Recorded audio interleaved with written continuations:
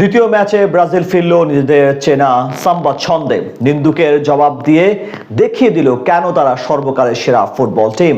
হাইতিকে উড়িয়ে দিয়ে এক পা দিয়ে রাখলো নকআউট পর্বে।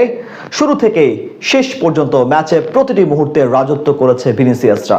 আক্রমণে পর আক্রমণে জমিয়ে রেখেছে ম্যাচের উত্তেজনা। বিশ্বকাপে হাইতির বিপক্ষে ব্রাজিলের এমন দাপুটে পারফরমেন্স নিয়ে বিস্তারিত এই রিপোর্টে।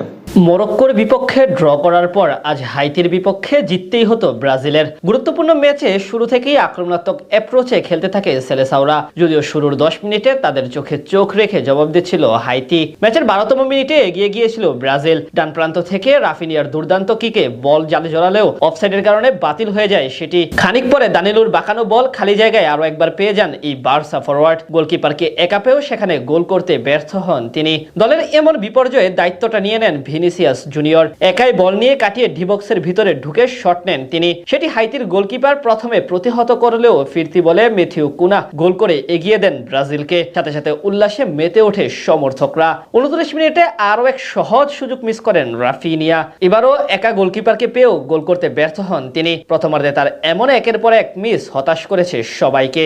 তবে ভিনিসিয়াস ম্যাজিক অব্যাহত ছিল পুরো ম্যাচ জুড়ে। 36তম মিনিটে হাইতির রক্ষণ ভেদ করে বল নিয়ে ঢুকে পড়েন তিনি। এরপর স্পেস তৈরি করে বাড়িয়ে দেন ম্যাথিউ কুনার উদ্দেশ্যে। সেখান থেকে তার রকেট শটে 2 গোলে এগিয়ে যায় ব্রাজিল। এদিকে ইনজুরি নিয়ে মাঠ ছেড়ে যান রাফিনিয়া। প্রথমার্ধের নির্ধারিত সময়ের আগে আরো এক গোল করে ব্রাজিল। মাঝমাঠ থেকে পাকেতার দুর্দান্ত অ্যাসিস্টে গোলকিপারকে একা পেয়ে বোকা বানিয়ে গোল করে দলীয় হ্যাটট্রিক পূর্ণ করেন ভিনিসিয়াস জুনিয়র। এরপর দুই দলের আর কেউ কোনো গোল করতে না পারলে 3 গোলে এগিয়ে থেকে বিরতিতে যায় সেলেসাওরা। দ্বিতীয়ার্ধের শুরুতে আক্রমণের ধার কমায় ব্রাজিল। কুচালো ফুটবল এবং বল পজিশনে এগিয়ে থাকাই মূল লক্ষ্য ছিল তাদের। 56তম মিনিটে একবার আক্রমণে ওঠার চেষ্টা করে হাইতি। বাম প্রান্ত দিয়ে কাউন্টার অ্যাটাকে ওঠে তারা। তবে সেখানে দেয়াল হয়ে দাঁড়ায় ব্রাজিলের ডিফেন্ডার। সেখানে অবশ্য পেনাল্টির আবেদন করেছিল তারা, কিন্তু সেটি নাকচ করে দেয় রেফারি। 63তম মিনিটে সবচেয়ে সেরা সুযোগ পেয়েছিল হাইতি। বল নিয়ে ডি বক্সের ভিতরে ঢুকে পড়ে তাদের ফুটবলার রিকা টেডি। সেখান থেকে ক্রস নিয়ে হেড নিলে সেই বল ঝাঁপিয়ে পড়ে দুর্দান্ত এক সেভ দেন গোলকিপার এলিসন বেকার। যদিও ফিরতি বল গোলপোস্টে ঢোকার মুখে লাফিয়ে পা দিয়ে তা দারুণভাবে ক্লিয়ার করেন দানিলো। এর খানিক পরে আরো এক সুযোগ পায় ব্রাজিল। সেখানে বাম প্রান্ত থেকে গ্যাব্রিয়েল মার্টিনেলির শট একটুর জন্য গোল হয়নি, তবে সেটি বাধা পড়ে অফসাইডের।